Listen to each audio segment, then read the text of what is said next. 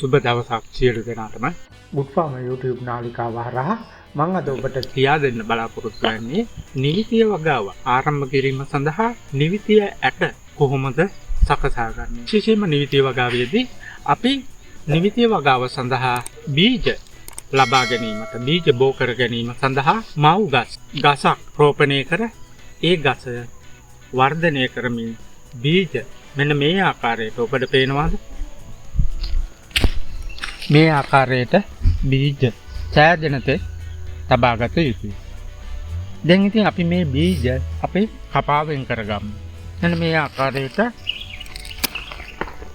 ඔබට පේනවනේ බීජ හැදිලා ඇට හැදිලා ඒවා හොඳට ඉදිලා තියෙන්නේ. දැන් අපිට තියෙන්නේ මේ බීජ සිටුවීම සඳහා සකස් කර ගැනීම. මම මේ අතර කාලයේ ඔබගෙන් ඉල්ලීමක් කරනවා මේ වගේ වටිනා වීඩියෝ ඉදිරියට මම ගෙනීමට බලාපොරොත්තු වෙනවා. ඒ නිසා එම වීඩියෝ ඔබ වෙත ගෙන්වා ගැනීම සඳහා මාව subscribe කරන්න කියා මම ඉල්ලා සිටිනවා. මේ තිබෙන්නේ තවත් ඒ වගේ සකස් කරගන්නා ලද මව් ගසක්. මේ මව් ගසෙත් අපි බීජ මේ ආකාරයට වෙන් කරවා කපා ගමු. මේ පේන්නේ ඔබට පේනව නේද?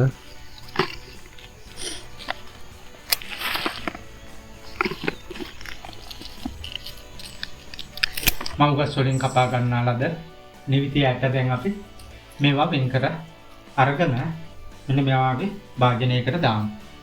මෙහෙම භාජනයකට දාමු. ඉතින් තියෙන ඇට සියල්ලම අපි භාජනයකට මේ ආකාරයට දාගමු.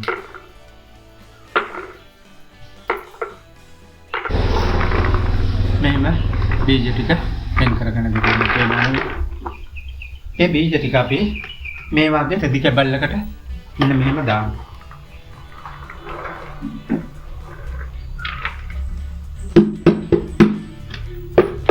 දාලා මෙන්න මේ ආකාරයට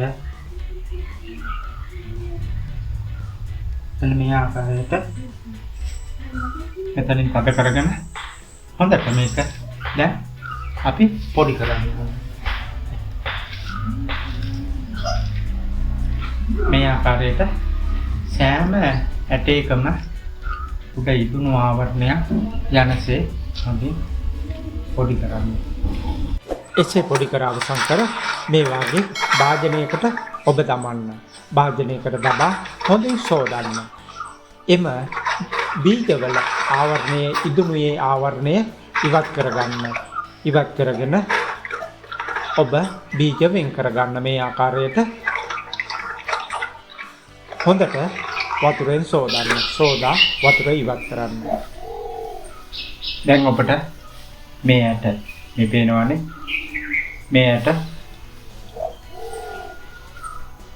පාත්‍ය වල සිටවන්නයි තියෙන්නේ. අපි දැන් මේ ඇට ටික පාත්‍යයේ සිටවන්න යනවා. ඔබට පේනවා බීජ. මෙසේ පාත්‍ය වල සිටවීමෙන් පසුව ඉතුරු වන සියලු බීජ මේ ආකාරයට පවනේ වේලා ගන්න.